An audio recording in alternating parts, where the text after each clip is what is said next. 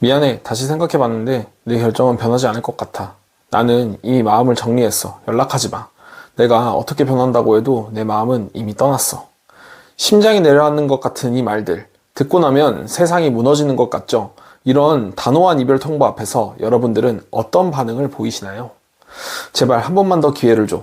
내가 다 잘못했어. 널 위해 뭐든지 바꿀 수 있어. 다시 생각해줘. 내가 어떻게 살아갈지 모르겠어. 너 없인 못 살아. 이렇게 감정적으로 매달리고 계시진 않으신가요? 단호한 상대방의 마음은 이미 많은 고민과 아픔 끝에 내린 결정입니다. 하지만 대부분의 사람들은 자신의 상처와 두려움에만 집중한 나머지 상대방의 심리적 부담은 전혀 고려하지 않습니다. 오늘은 단호한 상대방의 마음을 이해하고 그 마음을 돌릴 수 있는 방법에 대해 알려드리도록 하겠습니다. 오늘 영상에서는 이런 순서로 알려드리고자 합니다. 첫 번째, 단호함의 숨겨진 진실. 두 번째, 역효과를 부르는 말들. 세 번째, 심리적 안정감의 마법. 네 번째, 단호한 이별 사례. 반드시 끝까지 시청하시고 본인과 비슷한 이별 사례가 있다면 그대로 실천해보세요. 이별의 위기에서 단호한 상대방의 마음을 이렇게 돌려보세요.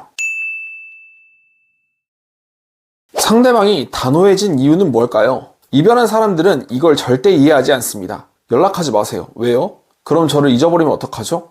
다른 사람이 생기면 어떡해요? 이런 걱정들로 무작정 매달리고 연락하는 거죠. 실제로 제가 코칭 시작 전 아무것도 하지 마세요 라는 말을 하면 대부분 이러한 반응입니다. 누군가에게 이별하자라는 말은 결코 쉽게 나오지 않습니다. 특히 진지한 관계일수록 더욱 그렇습니다. 대부분의 사람들은 이별을 결정하기 전에 며칠, 몇 주, 때로는 몇 달까지 고민하며 괴로워합니다. 자신의 감정과 싸우고 여러 가능성을 검토하고 마침내 용기를 내어 그 결정을 말하게 됩니다. 이렇게 어렵게 내린 결정인데 여러분이 바로 왜 그래? 다시 생각해줘 라고 말하면 상대방은 여러분의 이런 대답을 어떻게 느낄까요? 더 큰 부담과 스트레스를 느끼게 됩니다. 아마 이미 힘들게 내린 결정에 또 다른 감정적 부담이 더해지는 것이죠. 이런 연락은 역시 이 사람은 내 마음을 이해하지 못해 라는 생각으로 이어지고 결국 더 강한 거부감이나 때로는 연락 차단까지 이어질 수 있습니다. 단호한 태도의 원인은 보통 세 가지입니다. 첫째, 오랜 고민 끝에 내린 결정이기 때문입니다. 이미 수많은 시나리오를 머릿속으로 시뮬레이션 해봤고 그 결과 이별이 최선이라는 결론에 도달한 것입니다. 두 번째, 감정적 소모를 더 이상 견디기 힘들기 때문입니다. 관계에서 지속적인 스트레스나 불안감을 느꼈다면 더 이상의 감정 소모를 피하기 위해 단호한 결정을 내리게 되는 거죠. 세 번째, 명확한 경계선을 그으려는 심리 때문입니다. 특히 회피형 성향이 있는 사람들은 자신의 공간과 감정을 보호하기 위해 더욱 단호한 태도를 보입니다. 그럼 우린 이런 상대에게 어떻게 반응해야 할까요? 적어도 이런 말들은 하지 마세요. 역효과를 부르는 4가지 말들에 대해 알려드리도록 하겠습니다. 여러분 이미 이런 실수 하셨나요? 첫째, 감정적인 호소와 설득입니다. 나 없이 어떻게 살 수 있어? 이렇게 헤어지면 후회할 거야. 같은 말들은 오히려 상대방에게 더 큰 부담을 줍니다. 상대방은 이미 감정적으로 부담스러운 상태에서 추가적인 감정적 짐을 지게 되는 것이죠. 두 번째, 집요한 연락입니다. 계속해서 전화하고 문자하는 행동은 상대방이 말한 경계를 존중하지 않는다는 메시지를 전달합니다. 이는 이 사람은 내 말을 듣지 않는구나, 내 감정을 전혀 존중하지 않구나 라는 생각을 강화시킬 뿐입니다. 세 번째, 과거 문제를 들추는 것입니다. 네가 먼저 이랬잖아. 그때 내가 얼마나 힘들었는데. 같은 발언은 현재 상황을 해결하는데 전혀 도움이 되지 않습니다. 오히려 갈등을 더 키우고 상황을 악화시킬 뿐이죠. 네 번째, 급격한 변화를 약속하는 것입니다. 내가 완전히 변할게. 이제 절대 그러지 않을게. 같은 약속은 신뢰를 얻기 어렵습니다. 왜냐하면 진정한 변화는 시간이 필요하고 상대방은 이미 이전의 패턴을 경험해왔기 때문입니다. 이런 실수들은 모두 한 가지 공통점이 있습니다. 바로 상대방의 심리적 상태와 결정을 존중하지 않는다는 것이죠. 그리고 이런 행동들은 오히려 상대방을 더 멀어지게 만들 뿐입니다. 그럼 이렇게 스트레스와 부담으로 가득한 상대를 어떻게 대해야 할까요? 우린 심리적 안정감을 주는 마법을 부려야 합니다. 단호한 상대방의 마음을 돌리기 위해서는 먼저 그들의 심리적 스트레스를 줄여주는 것이 핵심입니다. 상대방이 단호한 결정을 내렸다는 것은 그만큼 관계에서 스트레스와 부담을 느꼈다는 의미입니다. 그럼 어떻게 해야 상대방의 심리적 스트레스를 줄여줄 수 있을까요? 첫째, 상대방의 결정을 일단 받아들이고 존중해야 합니다. 내 결정을 존중해. 많이 고민했을 거라는 걸 알아. 이렇게 상대방의 선택을 인정해주는 것만으로도 심리적 부담이 크게 줄어듭니다. 둘째, 충분한 공간과 시간을 제공해야 합니다. 회피형 성향이 있는 사람들에게는 특히나 이 부분이 굉장히 중요합니다.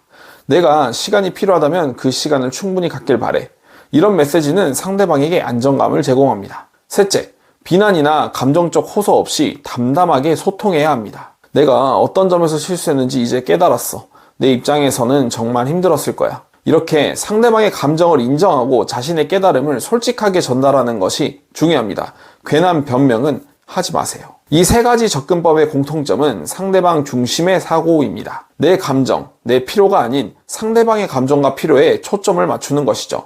이렇게 상대방의 심리적 스트레스를 줄여주면 비로소 그들은 마음의 여유를 갖고 관계를 다시 생각해 볼 수 있는 상태가 됩니다. 이제 몇 가지 구체적인 상황에서 어떻게 대처해야 하는지 알아보도록 하겠습니다. 첫 번째, 권태기로 인한 이별 케이스입니다. 많은 커플들이 더 이상 설렘을 느끼지 못하겠다, 우리 관계가 너무 지루해졌다 라는 이유로 이별하게 됩니다. 이런 상황에서 이렇게 반응하시면 안 됩니다.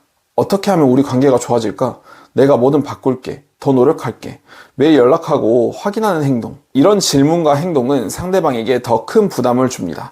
그리고 더 지루하게 만들 뿐이죠. 대신에 이렇게 한번 해보세요. 일정 기간 연락을 자제하고 자신의 성장에 집중해보세요. 새로운 취미 활동을 통해 실제로 변화를 만들어내세요. 다시 연락이 닿았다면 재회에 대한 이야기를 말하기보다 다시 썸을 탄다 생각하고 자연스럽고 가벼운 연락을 주고받아 보세요. 실제로 이런 접근법을 통해 자연스러운 재회로 이어진 사례가 많습니다.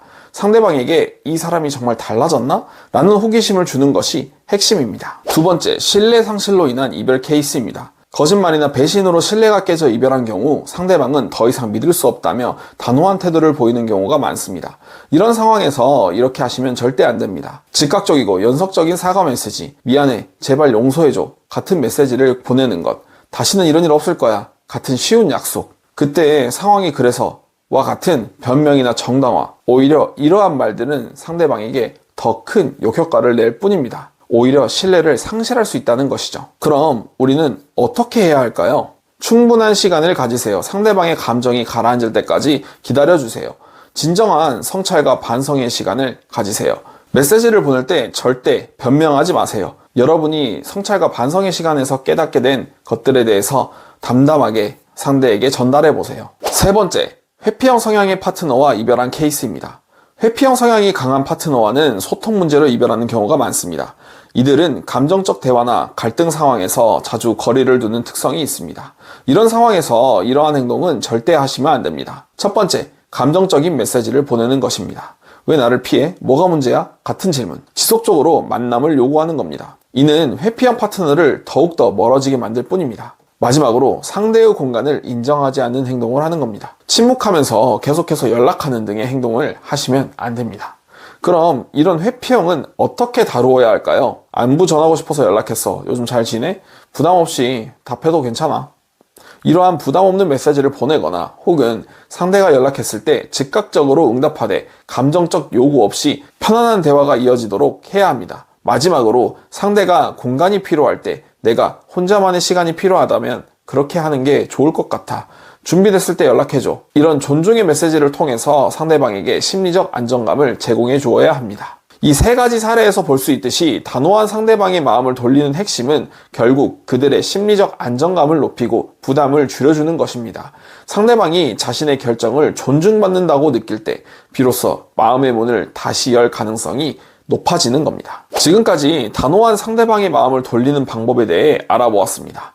요약하자면 단호한 결정을 내린 상대방의 마음을 돌리기 위해서는 그들의 심리적 스트레스를 줄여주는 것이 핵심입니다. 상대방의 결정을 존중하고 충분한 공간과 시간을 제공하되 담담하게 소통하는 것이 중요합니다. 기억하세요. 관계는 혼자 하는 것이 아닙니다. 상대방의 감정과 결정을 존중할 때 비로소 건강한 관계의 가능성이 열립니다. 오늘 영상이 도움이 되셨다면 구독, 좋아요, 알림 설정 부탁드립니다. 여러분의 행복한 연애를 응원하는 러브메이커 코치 공간이었습니다. 그럼 다음에 봐요.